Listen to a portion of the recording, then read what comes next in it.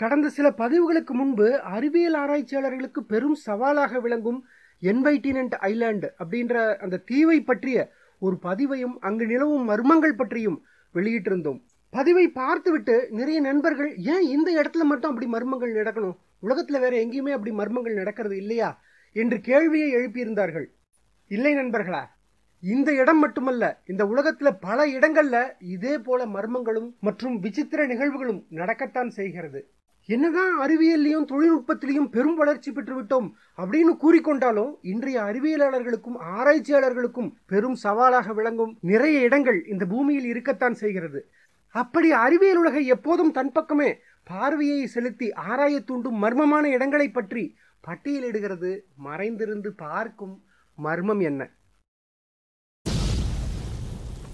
என்வைட்டினன்ட் தீவிலிருந்து கிட்டத்தட்ட ஒரு 300-350 கிலோமீட்டர் தொலைவுல இந்திய பெருங்கடல் பகுதியில் இருக்கிற இன்னொரு தீவு சொகோட்ரா தீவு.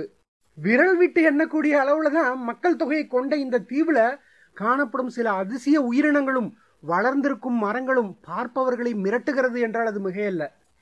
இந்த தீவுல நுழைபவர்களுக்கு நம்ம பூமியில தான் இருக்குமா இல்ல வேற எங்கேயாவது இருக்குமா அப்படின்ற எண்ணம் எழும்படி இங்கு காணப்படும் மரங்கள் ஒவ்வொன்றும் வித்தியாசமான முறையில, இன்னும் சொல்ல போனா வேற்று கிரகவாசிகள் போன்ற அமைப்புல இருப்பதுதான் ஆச்சரியமே. இரவு நேரங்கள்ல பார்க்கும் பொழுது மனிதர்கள் நின்று கொண்டிருக்காங்களா இல்ல மரங்கள் தான் நின்று கொண்டிருக்கிறதா அப்படின்ற பீதியை கிளப்பும் அளவுக்கு விதவிதமான செடிகளும் மரங்களும் இங்கு காணப்படுகிறது. குடையை பிடித்துக் கொண்டிருப்பது போன்ற மரம், டிராகன் ட்ரீ என்று கூறப்படும் விதவிதமான வித்தியாசமான மரங்கள். இதனாலேயே இந்த தீவு டிராகன் ஐலாண்டு, டிராகன் தீவு என்றும் அழைக்கப்படுகிறது. அது மட்டும் இல்லாம இங்கு காணப்படும் உயிரினங்கள் வேறு எங்கேயுமே இந்த பூமியில காணப்படாத அளவுக்கு விதவிதமான 800 வகையான விதவிதமான உயிரினங்கள் இந்த தீவுல மட்டுமே வாழ்கிறது அப்படின்றாங்க.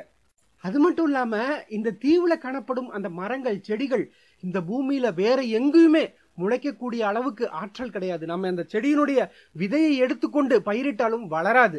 என்ன காரணத்திற்காக இங்கு உயிரினங்கள் வித்தியாசமாக காணப்படுகிறது, இங்கு காணப்படும் மரங்கள் வேற்று கிரகவாசிகளை போன்ற அமைப்புடன் இருப்பதற்கு காரணம் என்ன? இது போன்ற பல கேள்விகள் ஆராய்ச்சியாளர்களுக்கு புரியாத புதிராகவே இருக்கிறது. இந்த தீவை போலவே ஆராய்ச்சியாளர்களுக்கு சவால் விடும் அந்த இடம் ஜோன் ஆஃப் சைலன்ஸ் என்று அழைக்கப்படும் பாலைவன பகுதி. மெக்சிகோ நாட்டில் அமைந்திருக்கும் இந்த பாலைவன பகுதிக்கு இந்த ரேடியோ, டிவி, மொபைல் இது போன்ற பொருட்கள் எது எடுத்து சென்றாலும் தானாகவே செயலிழந்து விடும். அட அவ்வளோ ஏங்க, ரேடியோ ஃப்ரீக்வன்சி, செயற்கைக்கோள்கள், அது மட்டும் இல்லாமல் இந்த ஏரோப்ளேன் உபகரணங்கள் பறக்கும் போது அத்தனையுமே தானாகவே செயலிழந்து விடும். ஒரு செயற்கைக்கோளிலிருந்து கூட படங்களை இந்த இடத்துல இருந்து எடுக்க முடியாது, அனுப்பவும் முடியாது. விமானங்கள் பறக்கும் போது விமானத்தில் இருக்கிற அனைத்து உபகரணங்களும் செயலிழந்து விடுவதாலேயே இந்த இடத்துல அதிகமாக விமானங்கள் எதுவுமே பறப்பது கிடையாது. அது மட்டும் இல்லாம மிக அதிக அளவுல காந்த புலம் இந்த இடத்துல காணப்படுகிறது. இந்த அதிக காந்த புலனால அந்த திசை காட்டும் கருவியை அந்த இடத்துல கொண்டு சென்று வைக்கும் பொழுது அது அப்படியே சரன்னு சுற்றுகிறது. இந்த இடங்கள்ல நிறைய UFO என்று அழைக்கப்படும் அந்த பறக்கும் தட்டுகள், அது மட்டும் இல்லாம வித்தியாசமான முறையில திடீர்னு லைட்டுகள், அந்த விளக்குகள், ஸ்ட்ரேஞ்ச் லைட் என்று சொல்லப்படும் இந்த விளக்குகள் வானத்துல தோன்றி இறங்கி ஏறுவது போன்ற அது போன்ற தோற்றம் இந்த இடத்துல அதிக அளவுல காணப்படுகிறது அப்படின்றாங்க. அது மட்டும் இல்லாம இந்த பாலைவன பகுதியில காணப்படும் ஒரு சில விலங்குகள் திடீர்னு மரணிப்பது, அதுவும் எப்படி யார் மூலமோ பரிசோதனை செய்யப்பட்டது போல மிக கோரமான முறையில மரணிப்பது இந்த இடத்துல அடிக்கடி நிகழ்ந்து கொண்டுதான் இருக்கிறது.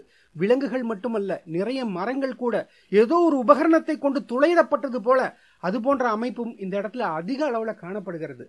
இதுக்கும் மேல நிறைய விண்கற்கள், சின்ன விண்கற்கள் 100 கணக்கில் இந்த இடத்துல ஏதோ ஈர்க்கப்பட்டு விழுவது போல வானத்திலிருந்து கீழே 100 கணக்கில் விண்கற்கள் விழுந்து வெடித்து சிதறுவது அன்றாட நிகழ்வாகவே இருக்கிறது. இந்த பெர்முடா ட்ரையாங்கிள், எகிப்துல காணப்படுற அந்த பிரமிட் மற்றும் இந்த டிராகன் ட்ரையாங்கிள் இத்தனையும் ஒரே நேர்கோட்டில் இணைக்கும் பொழுது இந்த இடமும் இந்த மெக்சிகோல இருக்கிற இந்த ஜோன் ஆஃப் சைலன்ஸ் இடமும் அதே நேர்கோட்டில் இணைகிறது. எப்படி இந்த பெர்முடா ட்ரையாங்கிள் மற்றும் இந்த டிராகன் ட்ரையாங்கிள் பகுதிகளில் வானத்துல பறக்கும் விமானங்களும் சரி, நீர்ல ஊர்ந்து செல்லும் அந்த கப்பலும் சரி திடீர்னு செயலிழந்து போகிறதோ, அத்தனை உபகரணங்களும் செயலிழந்து போகிறதோ, அதே போல இந்த இடத்திலும் நிகழ்கிறது.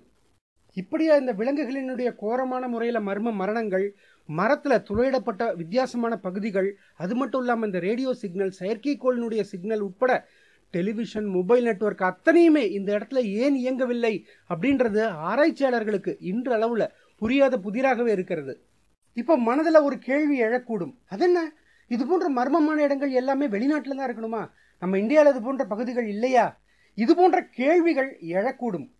இருக்கிறது நண்பர்களா, கிட்டத்தட்ட இதே போன்ற வித்தியாசமான நிகழ்வுகள் நடக்கும் பகுதி அது.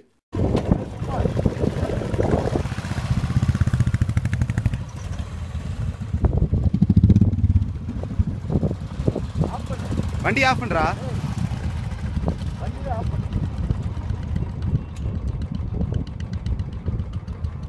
ஆம்போ பின்னாடி தள்ளப்பாரு.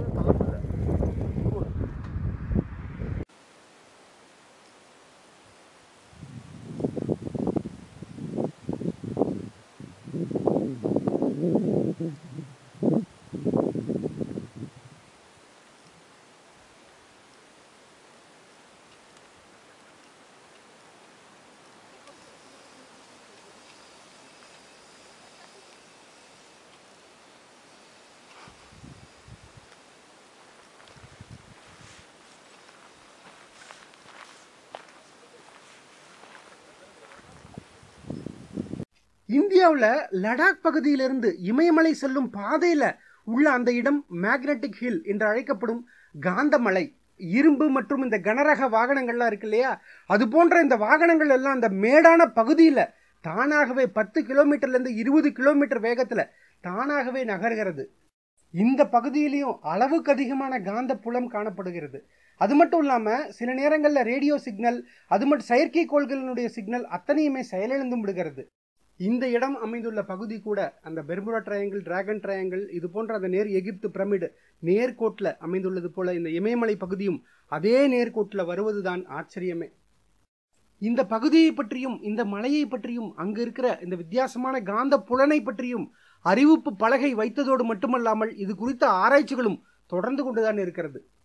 இப்படி இந்த இடம் மட்டுமல்ல, அறிஞர்களின் பார்வையை எப்போதும் தன் பக்கம் திருப்பி வைக்கும் அந்த இடம் தென் அமெரிக்காவில் அமைந்திருக்கிற பெரு நாடு.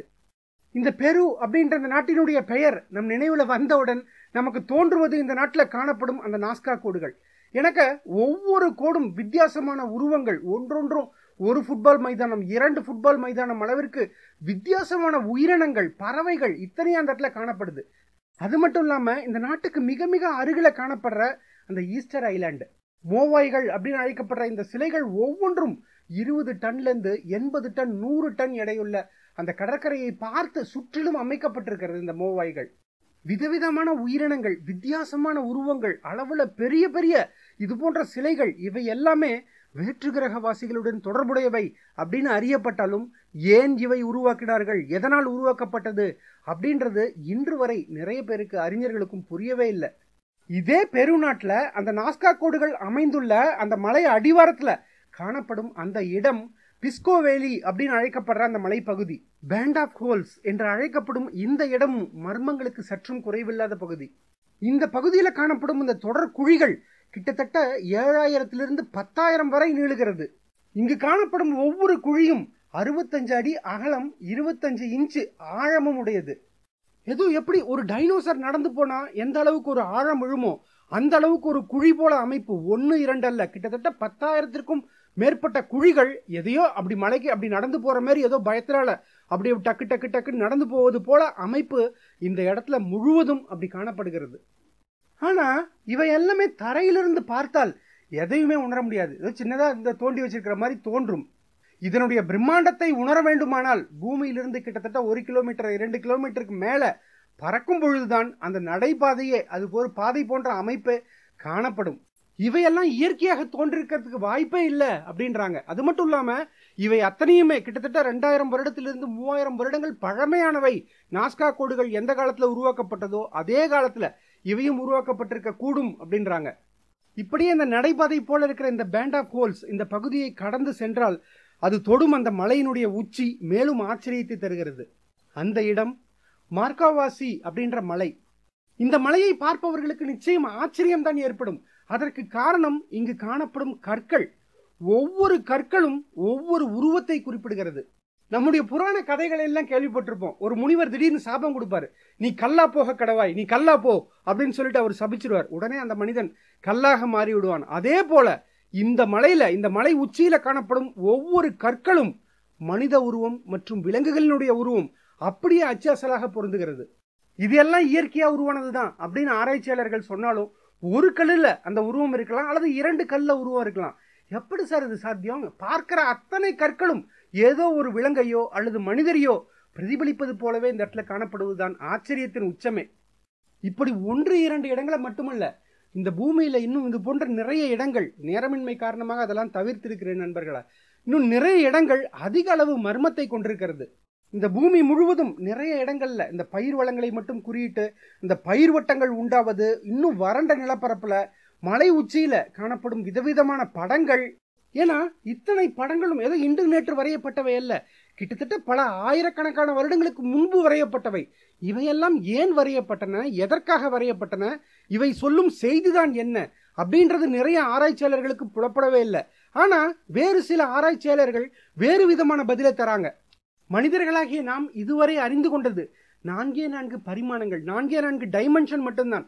அதாவது நீளம், அகலம், உயரம் மற்றும் நேரம், ஸ்பேஸ் டைம் அப்படின்னு சொல்றது. இதை தாண்டி எப்பொழுது நாம் 5வது டைமென்ஷனை புரிந்து கொள்ளுகிறோமோ, 5, 6 இது போன்ற டைமென்ஷன்களை, பரிமாணங்களை புரிந்து கொள்ளுகிறோமோ, அப்பொழுதுதான் இதற்கான விடையை நம்மால் புரிந்து கொள்ள முடியும் அப்படின்றாங்க. ஏன்னா இது போன்ற மர்மங்கள், நிகழ்வுகள், இந்த இணை பிரபஞ்சம் அப்படின்னு சொல்ற இந்த பேரலல் யூனிவர்ஸ்ல நடக்கும் நிகழ்வுகளை நாம் இந்த 4வது டைமென்ஷனுக்கு முன்னாடி இருக்கிற டைமென்ஷன்ல இருந்து நாம் பார்க்கிறோம். அதனால் இவை நமக்கு மர்மங்களாகவே புரிகிறது. எப்பொழுது நாம் இந்த டைமென்ஷனை கடந்து செல்லுகிறோமோ அப்பொழுதுதான் இவற்றை நம்மால் உணர்ந்து கொள்ள முடியும் அப்படின்னு சொல்றது மட்டும் இல்லாம, இது போன்ற வரைபடங்கள் பல ஆயிரக்கணக்கான வருடங்களுக்கு முன்பு வரையப்பட்ட வரைபடங்கள் அல்லது இந்த பயிர்வட்டங்கள், இன்னும் சொல்ல போனா இந்த மலையில காணப்படும் விதவிதமான சித்திரங்கள், இவையெல்லாம் கூட நாம் 5வது டைமென்ஷனை புரிந்து கொள்வதற்கு அவர்கள் வேற்று கிரகவாசிகள் அல்லது வேறு யாரோ உதவி செய்கிறார்கள் அப்படின்னும் வேறு சில அறிஞர்கள் பதிவு செய்யறாங்க. இப்போது நம்முன் இருக்கும் கேள்விகள் இவைதான். இவையெல்லாம் நிச்சயமாக இயற்கையாகவே உருவாகி இருக்க கூடுமா, அமைந்திருக்க கூடுமா? ஏன்னா ஒரு இடம் இயற்கையா அமைஞ்சது இப்படி இருக்கு, மர்மமான முறையில இருக்கு, 2 இடம் இருக்கு அப்படின்னு சொன்னா பரவாயில்ல. பார்க்கும் ஒவ்வொரு இடமும், அதுவும் எங்க மனித நடமாட்டமோ அல்லது வேறு எந்த நடமாட்டமோ இல்லாத இடத்துல இது போன்ற மர்மமான நிகழ்வுகள் நடப்பதற்கு காரணங்கள் தான் என்ன? இது போன்ற வித்தியாசமான படங்களும் இடங்களும் மனித இனத்திற்கு உணர்த்துவதுதான் என்ன? அல்லது நிறைய அறிஞர்கள் கூறுவது போல இணை பிரபஞ்சத்தில் நடக்கும் நிகழ்வுகள் நம்மால அந்த 4வது டைமென்ஷனுக்குள்ள இருக்கிறதுனால புரிந்து கொள்ள முடியவில்லையா? 5வது டைமென்ஷன், 5வது பரிமாணத்துல நுழைந்தால்தான் இவையெல்லாம் நாம் புரிந்து கொள்ள முடியுமா? இப்படி பல கேள்விகள் மட்டுமே நம் முன்னே இருக்க, விடைகளுக்கு அறிவியலும் அறிவியல் உலகமும் தேடிக்கொண்டுதான் இருக்கிறது. நன்றி அன்பு உறவுகளே. மீண்டும் அடுத்த பகுதியில் மறைந்திருந்து பார்க்கும் மர்மம் என்ன தொடர்கிறது. இணைந்திருங்கள் அன்பு நண்பர்களே.